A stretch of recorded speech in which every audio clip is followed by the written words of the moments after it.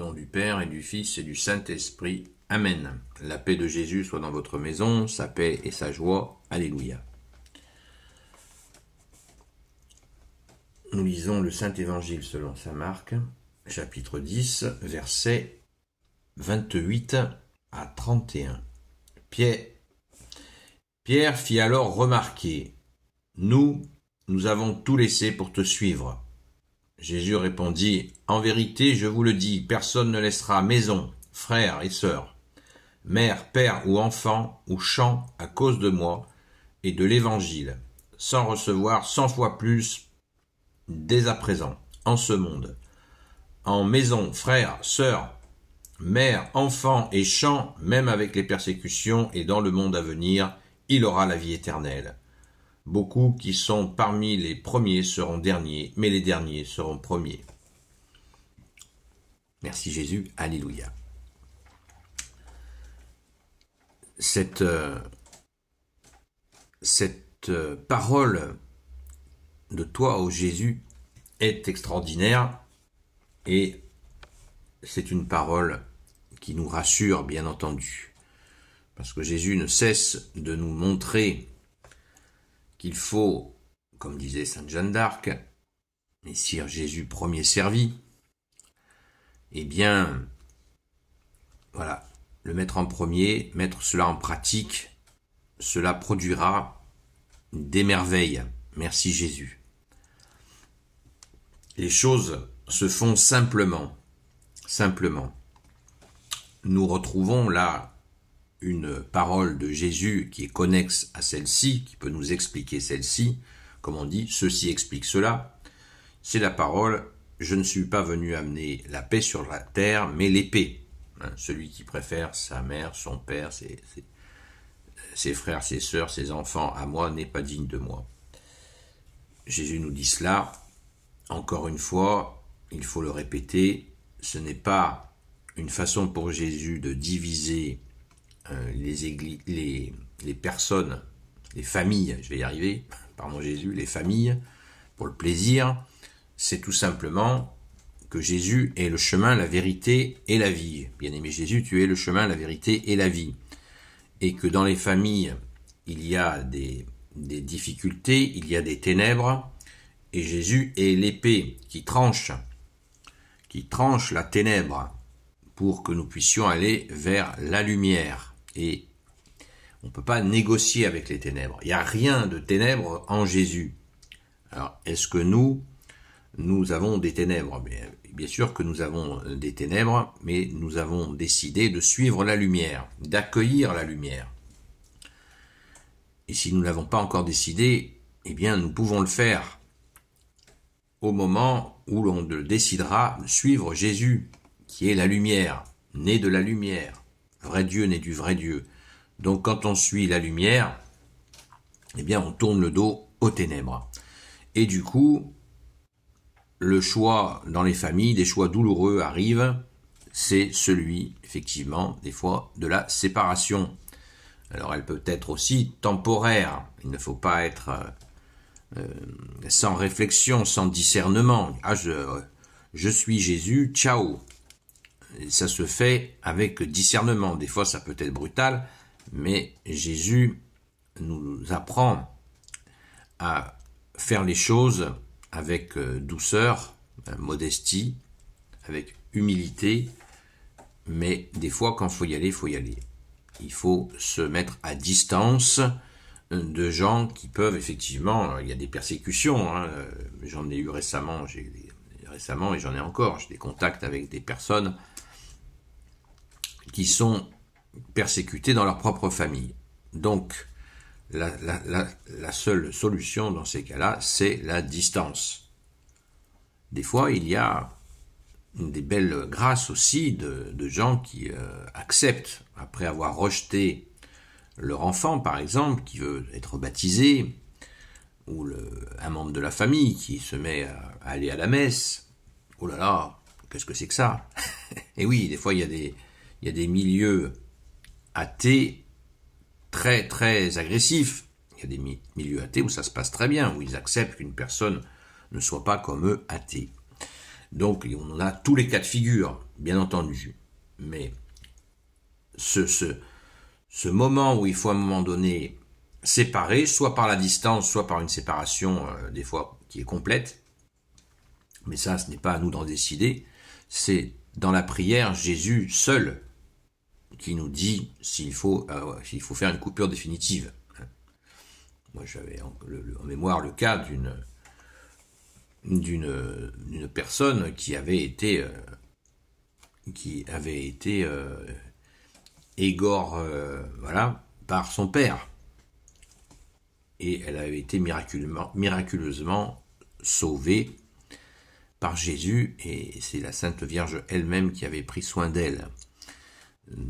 Voilà, c'est absolument des exemples extrêmes, mais la plupart des exemples sont très sournois, très larvés.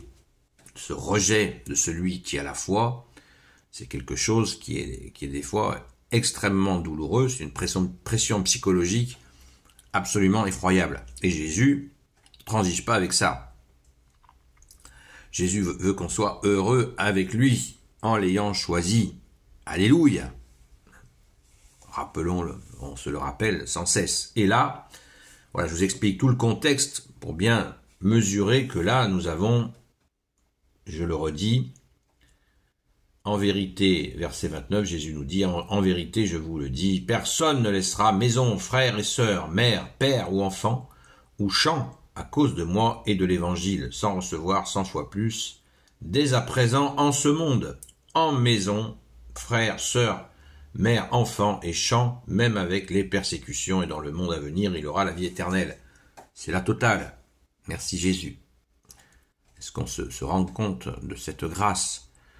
Et pas de culpabilité, c'est-à-dire que les personnes, les familles, quand une personne quitte une famille dans cette situation-là, eh bien, Jésus n'abandonne pas cette famille. Cette famille, elle aura ce qu'elle aura, mais Jésus est doux et humble de cœur. Il ne va pas massacrer cette famille. Cette famille, eh bien, elle suivra son chemin, et peut-être qu'elle aura aussi des grâces de conversion, qui sait. Il se rendra compte de son erreur d'avoir rejeté un de ses membres qui a retrouvé Jésus. Parce que quand vous avez une seule personne qui est dans une famille où personne n'a la foi, qui rencontre, qui connaît Jésus, c'est pas pour rien. C'est pour semer la merveille que tu es, Jésus, dans la famille, pour installer la lumière dans la famille, c'est pour couper avec les ténèbres pour cette famille. Bon, la famille ne s'en rend pas compte, mais ça peut arriver qu'elle se rende compte, bon sang, mais nous avons été visités par la lumière qu'est Jésus. Ah, eh oui, et il y a des prises de conscience, et ainsi aussi des contagions qui se font. Mais des fois, il faut du temps. Et ne pas hésiter à procéder à des coupures temporaires. Et des fois, on s'éloigne. Quand c'est conflictuel, voire violent, bien sûr, on s'éloigne. Jésus nous met à l'abri. On s'éloigne. Et ainsi, chacun comprend ce qu'il a à comprendre. On se donne pas en pâture. La persécution, Jésus nous dit dans une autre partie de l'Évangile, quand on peut l'éviter, on l'évite. Quand on ne peut pas l'éviter, on l'évite pas. On reste fidèle à toi Jésus, et Jésus nous donne la force de faire face. Mais la coupure, j'insiste là-dessus, est régulièrement nécessaire, et elle porte ses fruits. Moi j'ai des exemples personnels où ça a porté des fruits. Voilà. Ça a porté des fruits, évidemment. Pour se faire respecter, vous savez, quand Jésus ne souhaite pas quelque chose, il fait silence. Souvent, il fait silence. Soit il nous met en alerte en nous disant attention, soit il fait silence. Et le silence est plein d'enseignements. Quand c'est le silence, les gens réfléchissent. Voilà, j'ai plus de nouvelles de mon enfant. Ben oui, mais tu l'as maltraité. Tu l'as jeté comme un sac poubelle. Et tu te plains d'être seul. T'as vu comme t'as traité ton enfant? Tu l'as jeté parce qu'il a Jésus dans son cœur. Qui t'a suggéré de le jeter comme un sac poubelle? Qui? si ce n'est le démon, bien sûr. Mais après, voilà, les prises de conscience,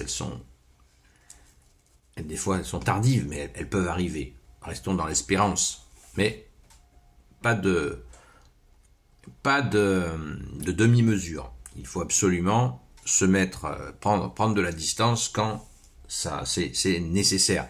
Et Jésus nous le dit dans la prière. Bien sûr, il faut confier les situations à Jésus. Et Jésus, bien sûr, nous donne la réponse. Merci, bien-aimé Jésus, pour tes merveilles. Enfin, pour terminer, c'est jamais terminé avec toi, Jésus, beaucoup qui sont parmi les premiers seront derniers, mais les derniers seront premiers. Voilà. Ceux qui étaient considérés à la ramasse parce qu'ils sont différents, ils ont la foi, ils n'ont plus cet appétit pour les biens matériels, la fièvre acheteuse, ou les appétits du monde, comme les cures de télé, qui nous éloignent de Jésus. Débarrassons-nous de notre télé. Et Jésus nous ramène à l'essentiel, qui veut dire l'essence du ciel. Et qui est l'essence du ciel? C'est toi, bien-aimé Jésus, puisque tu es le trésor que tu nous as promis dans notre cœur. Amen. C'est toi le trésor dans notre cœur. Amen. Merci Jésus. Gloire éternelle soit au Père et au Fils et au Saint-Esprit, maintenant et toujours, et pour l'éternité. Amen. Ô Jésus, toi qui peux tout et qui portes tout, toi le Sauveur, toi l'Emmanuel, je te confie toutes celles et ceux qui regarderont cette vidéo, ainsi que leurs proches, selon ta seule volonté, ô Jésus. Sainte Marie, Reine des cieux, toi l'Immaculée Conception, toi qui écrases le serpent, toi qui as la lune sous tes pas, toi notre Mère, Notre-Dame. Saint Joseph, toi le juste et le saint, toi le sage, toi la terreur des démons, toi le saint gardien de la Sainte Église catholique apostolique, Sainte Marie-Madeleine, chère Sainte Patronne. Et vous, tous les saints et saintes, amis de Jésus, Saint Michel Archange qui est comme Dieu, Saint Gabriel Archange, Saint Raphaël Archange et vous tous les anges qui servez Jésus, je vous confie toutes celles et ceux qui regarderont cette vidéo ainsi que leurs proches, selon ta seule volonté, ô Jésus. La paix de Jésus soit dans votre maison. Je vous donne rendez-vous sur TikTok ce soir à partir de 20h et jusqu'à 22h et quelques, selon les situations. N'hésitez pas à préparer vos questions et ou vos témoignages. Le soir, nous sommes sur cette chaîne TikTok qui s'appelle Seul Jésus Sauve, en minuscule, Seul Jésus Sauve, d'un seul trait, et vous le trouvez facilement. Merci Jésus pour tes merveilles. Tu es le roi de gloire, le Dieu de nos vies. Amen. À très vite.